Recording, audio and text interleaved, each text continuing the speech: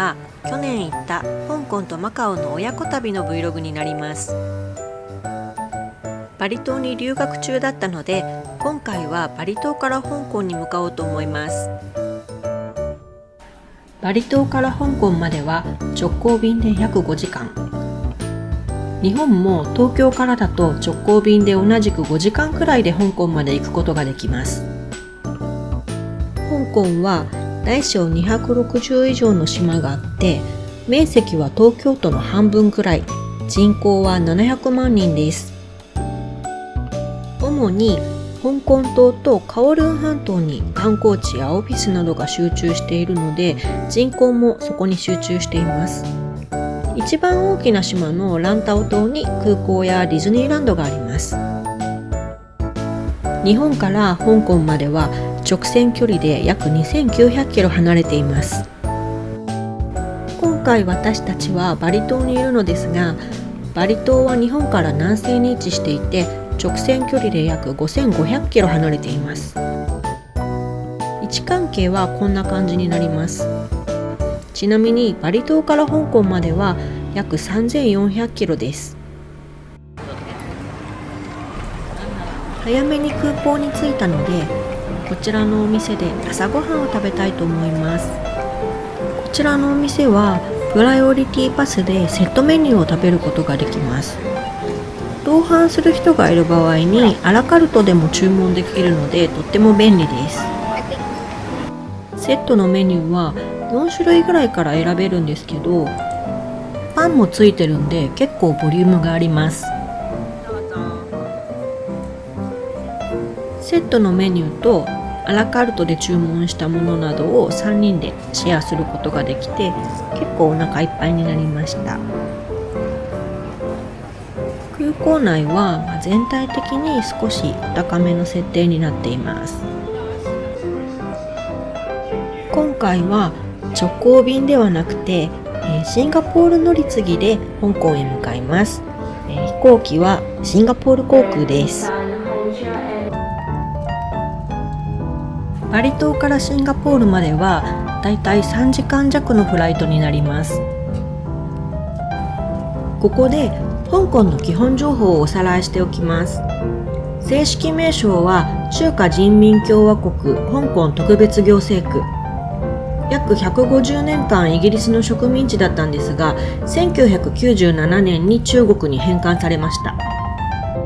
面積はだいたい東京の半分くらいで、人口は700万人。東京都の人口が約1400万人なので、面積に対しての人口は似たような感じで、都心部に人口が密集しているのが似ていると思います。通貨は香港ドルで、1香港ドルが今だと19円くらい。チップの習慣がないのが日本人にはとっても楽で、旅しやすいと思います。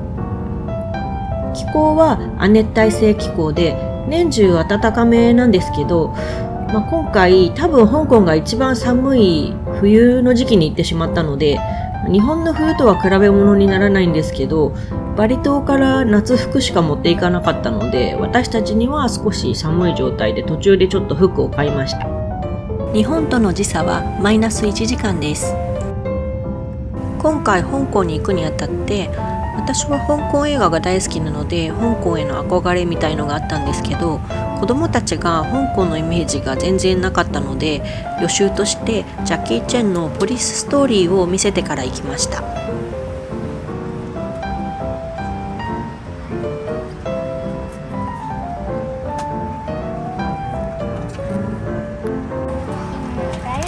港に行ってきます。シンガポール航空に乗ると、いつも子供に機内でちょっと暇を潰せるようなおもちゃのようなものをいただけるんですけど、今回はディズニーの文具セットをいただきました。お兄ちゃんがここ何ヶ月かで身長が爆伸びして、もうちょっと私の身長を超えてしまったので、今回は多分子供に見えなかったので、娘だけいただくことができました。さっき香港に行くにあたって子供たちにポリスストーリーを見せたっていう話をしたんですけど、なんか子供たちが古い映画なんですけど、予定調和の笑いとド派手なアクションになんかすごいハマってくれて、すごい面白かったっていう感想だったので、なんか他の作品も見せていこうと思っています。それと別で今回香港ディズニーランドにも行く予定にしていたので、予習としてマーベルエリアがあるのでアントマンとアイアンマンの映画も見せてから行きました。機内食はフライト時間が短いんですけど、少し軽い軽食が出ます。といっても結構お腹いっぱいになる量が出ます。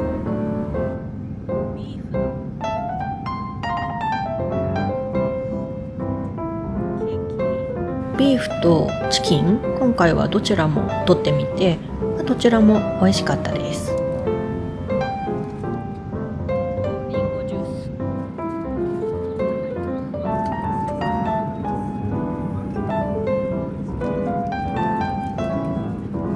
フライト時間が短いので、機内食を食べたりなんだりしていたら、あっという間にシンガポールまで到着しました。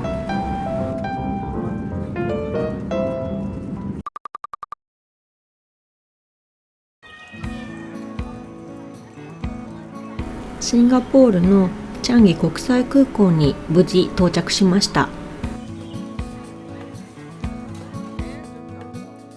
チャンギ国際空港は、東南アジアのハブ空港としても有名なんですけど、毎年世界空港ランキングでも1位とか2位とか、上位にいつも入っているような空港で、何度かトランジットで来たことあるんですけど、食べ物だとか、いろんな面ですごく過ごしやすい空港だと思います。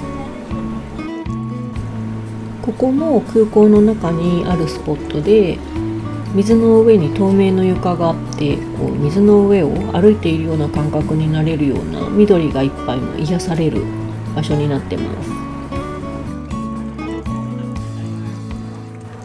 チャンギ空港が過ごしやすい空港って言われているのが、隣接するモールがあるんですけど、このジュエルがあることによってもう空港だけで結構ちょっとした観光ができるっていうのが大きなポイントだと思います。次の香港までのフライトまで4時間ほどあるので、少しのんびりしようと思います。はい、じゃあジュエルに行ってみようと思います。ジュエルは空港直結で隣接してはいるんですけど、一旦シンガポールに入国しないと行くことができません。オンラインでアライバルカードの登録をしておけば、自動ゲートがあるのでそんなに混雑していることが今までもなくて、割とスムーズに入国できるので、結構気軽に隣のジュエルに行くことができます。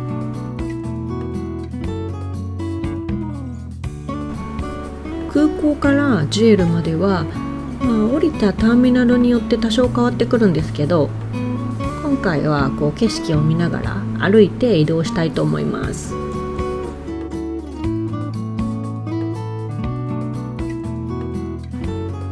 うジュエルが見えてきましたね。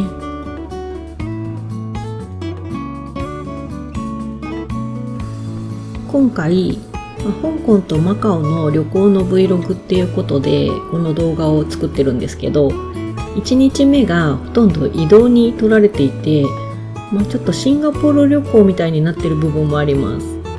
なので、日本から、香港に行かれる方ももしかしたらシンガポールでトランジットすることがあるかもしれないので、ちょっと参考がてら見てもらえたら嬉しいです。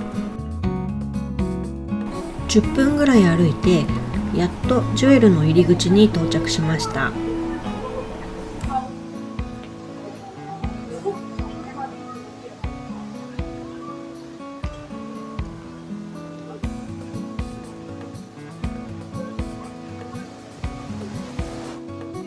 だんだん奥に見えてきたんですけど、ジュエルといえばやっぱり一番有名なのがこの人工の滝のレインボルテックスです。これ天井から地下2階まで突き抜けてこう滝が流れてるんですけど、高さが40メートルで世界最大の人工の滝らしいです。滝の周りにはたくさんの木が植えられています。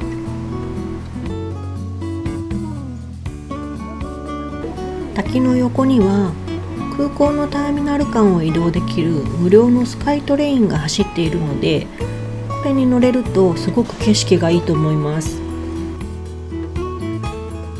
夜には滝のライトアップもあるので、いつか夜の時間帯にも来てみたいです。ジュエルは一応24時間営業みたいなんですけど、やっぱり飲食店だとか通常のお店は10時ぐらいにほとんど閉まるみたいで、滝も多分夜中は止まっちゃうと思います。ただ、ホテルも中に入っていたりとか、コンビニも12時ぐらいまではやってるみたいなので、やっぱりちょっとしたトランジットで来るにはとっても便利だと思います。こ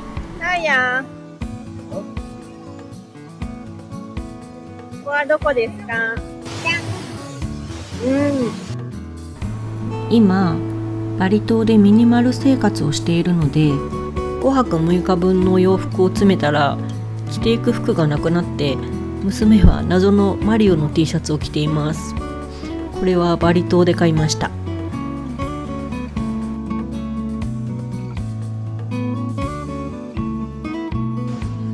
ちょっと小腹も空いてきたので、カフェで一休みしたいと思います。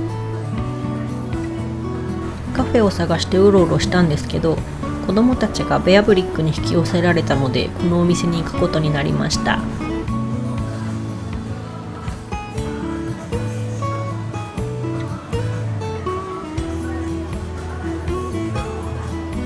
いろいろなペストリーやケーキがあってとっても美味しそう。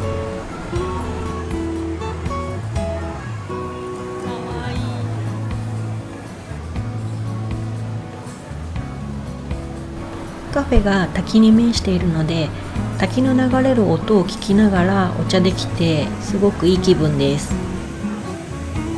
息子はベイクドチーズケーキ。ちょっと綺麗だから崩すのもったいないんで、いいよ崩して。娘はチョコレートが大好き成人なので、チョコレートケーキとアイス抹茶ラテ。アイス抹茶ラテが少しお高めでした。1シンガポールドルがだいたい約110円ぐらいです。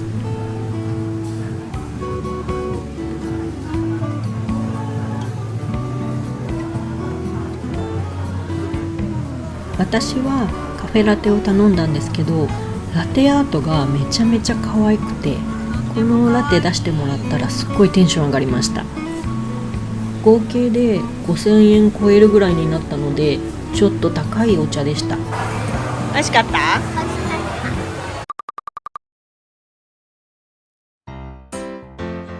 ポケモンセンターがありました。未来す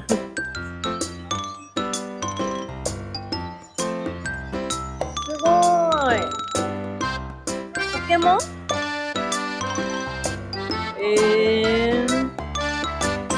他にも気になるお店がいっぱいあったんですけど、子供たちの好きそうなお店で時間がほとんどなくなってしまいました。シンガポール限定。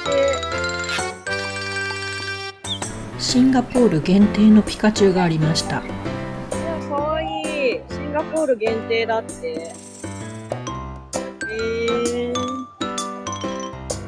シンガポール。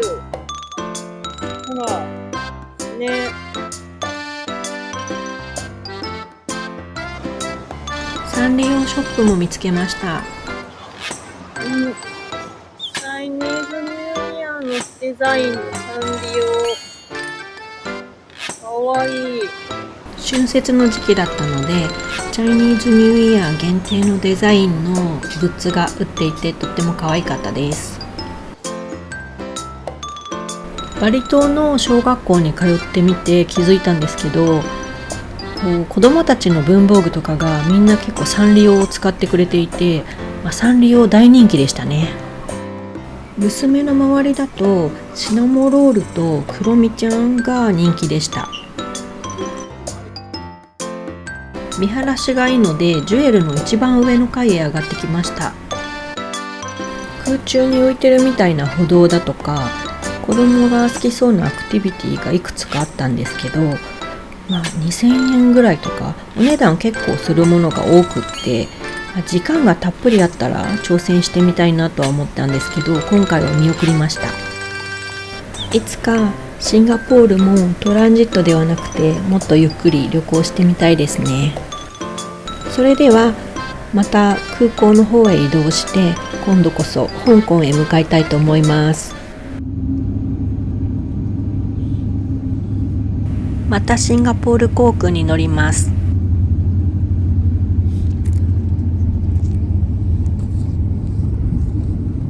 シンガポールから香港はだいたい4時間ぐらいのフライトです。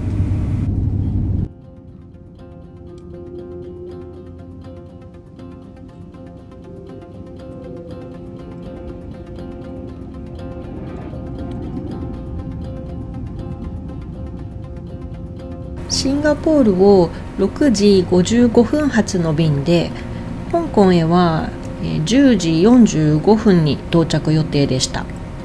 結構夜遅くに到着するので、多分荷物を受け取ったり入国手続きをしていると11時は絶対過ぎちゃうので、向こうに着いてからは今日はもう寝るだけっていう予定です。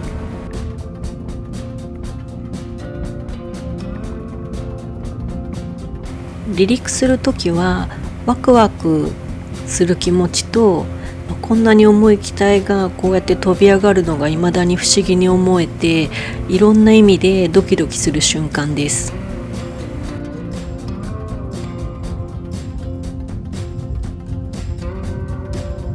チャンギ空港はとっても綺麗で広くて、で隣のモールジュエルがあったので、トランジットだけど少しシンガポールを楽しんだ気分になれて嬉しかったです。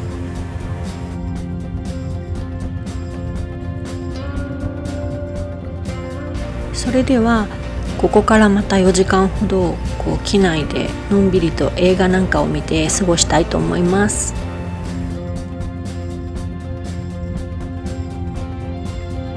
機内食の時間になりました。機内食はまた2種類あったので、どちらも取ってみて子どもたちと食べ比べてみました。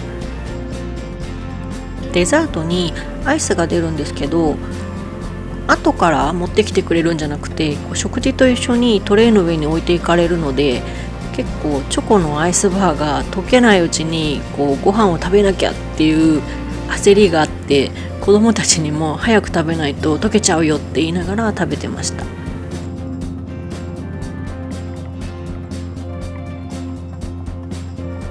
子どもたちは機内で映画やアニメを楽しんでいました。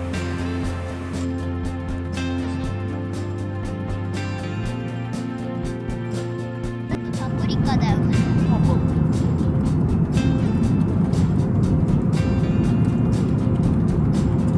どうですか？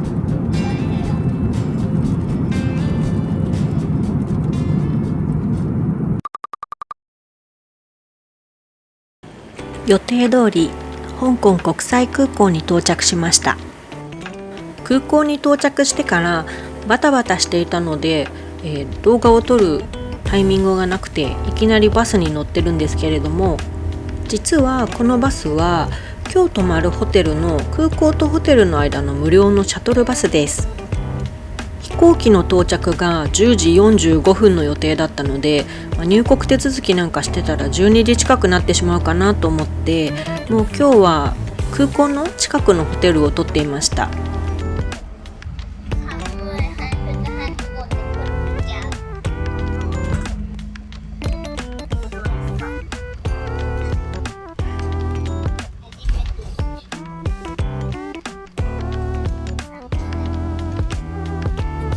入国がスムーズだったので、着陸から30分後に出る最終バスに間に合ったのはとってもラッキーでした。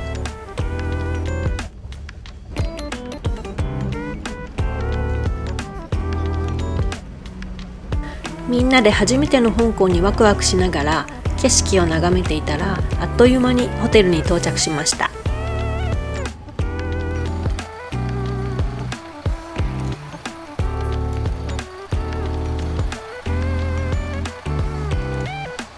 今日のホテルはこちらです。ちょっと読み方が合ってるかわからないんですけど、シェラトン香港トンチョンホテルです。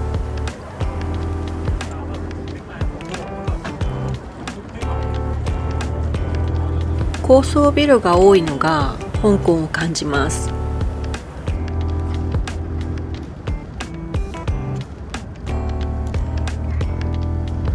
着きました。どうでしたか？寒いです。寒い？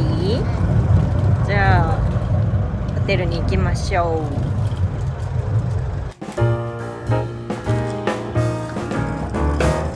う。さすが安定のシェラトンなのでとっても綺麗です。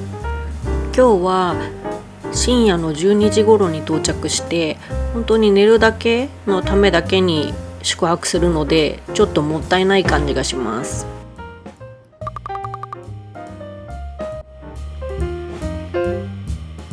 チェックインが完了しました。早速お部屋へ行ってみたいと思います。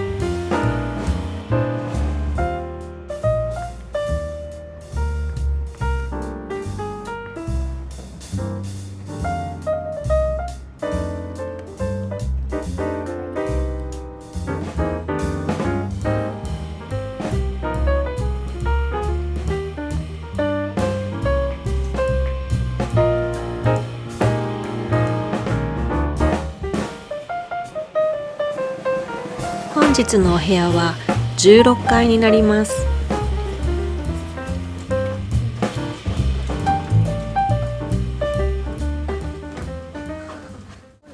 今日のお部屋はここですか？じゃあ開けてください。はい。これもじゃない。もう一回やんないと。はい、開けてください。押すタイプだ。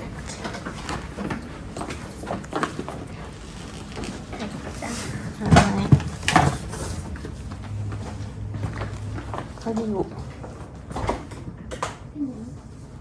こに刺して。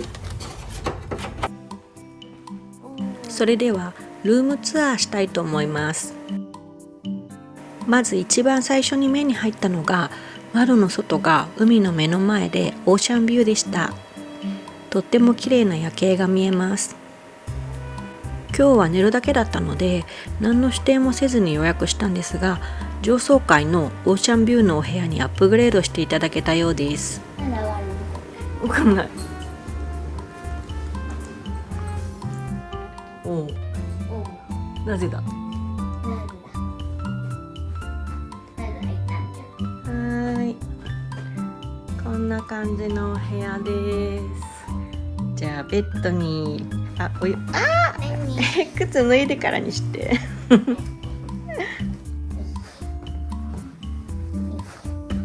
じゃあ柔らかさチェックどうぞ。バリ島ではほとんど靴下を履かないので、着替えだけで足りなくなっちゃって、学校で履いている靴下を履かせたらちょっと汚かったです。はい、お部屋のアメニティは見ていいですか？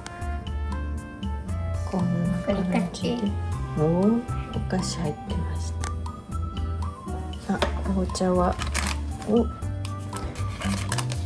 TWG のお茶が入ってます。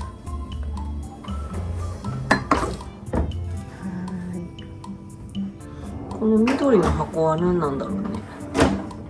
飾り？ミニバーか。ここは冷蔵庫がここに。ビールしか入ってない。そんなことない。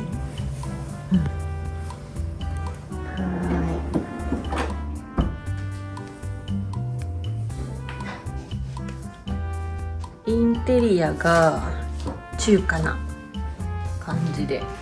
明日は何食べるの？テレビがってる。バスローブ。お、シェラトンのバスローブ。スリッパ。お、すごい、ちゃんと子供用のスリッパも用意してくれてました。オッケー。これも入ろうか。うん、はい。お風呂入る。うん。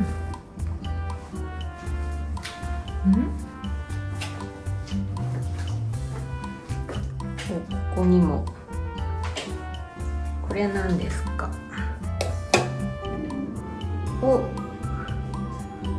お部屋から丸見えのお風呂だけど、なんでこれしたんだ。ここにブラインドがあって自動で閉まります。シャンプーやソープ類はギルクリスト&ソームズのものが使われてました。日本のシェラトンでも使ってたと思います。シャワーが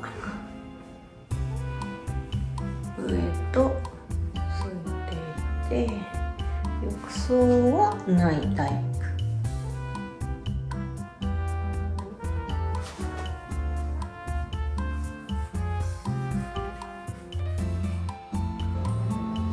少し小腹が空いたので、コンビニなどのお店がないか少し外を見に行ってみました。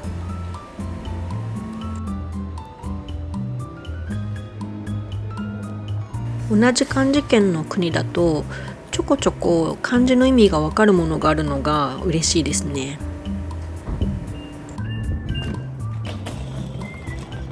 もう夜中の12時ぐらいだったので、お店は電気が消えているところばっかりで、もう閉まってそうだったので諦めました。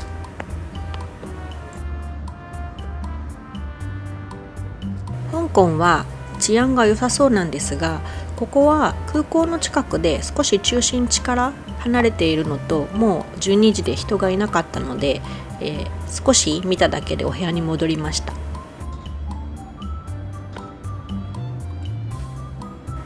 シェラトンのホテルの隣に4ポイントが隣接しています。今日は移動で疲れたので、明日に備えて急いでお風呂に入って寝ることにしました。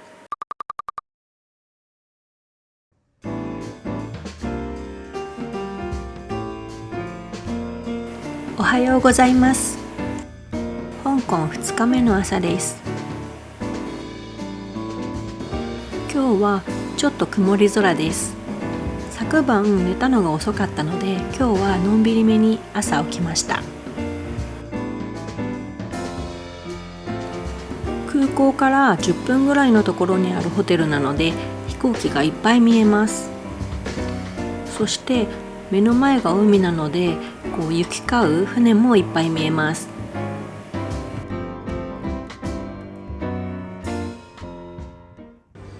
それでは朝食へ行ってきます。なんかさ、景色が残念じゃない？ちょうど外で工事をしていたので景色が残念。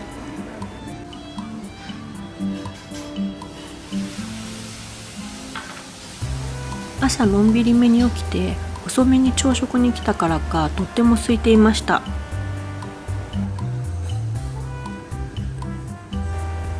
朝食会場はとっても広かったです。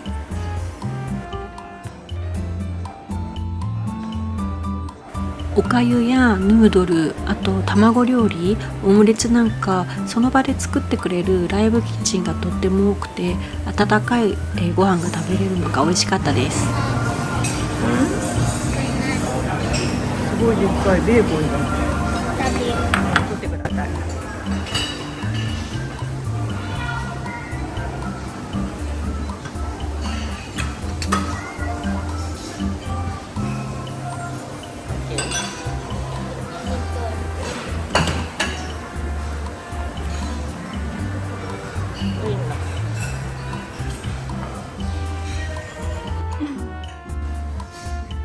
広。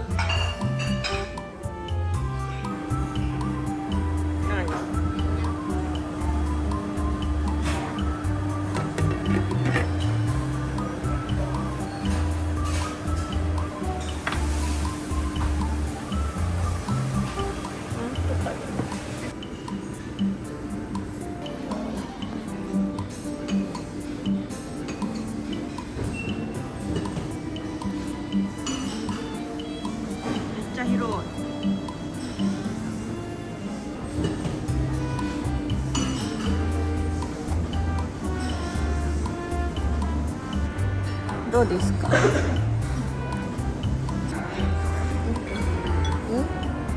美味しい？お豆みたいな感じ。お豆。美味しい？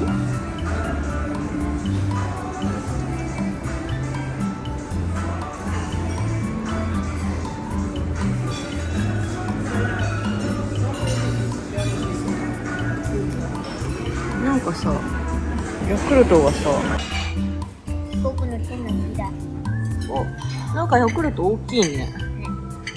ちょっとさちゃんのお顔の横にやって。はこれがさ、中国の通常サイズなのかな。ちょっとあんまり、でも日本のやつより一回り大きいね。でもちゃんとヤクルトい。でしょ。手のひらぐらい。これ見して。ほら。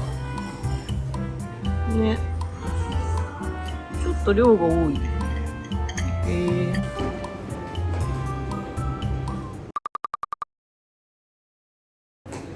ゆっくり朝ごはんをいっぱい食べてお腹いっぱいになったのでお部屋に戻ります。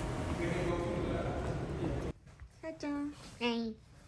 それでは荷物をまとめたのでチェックアウトします。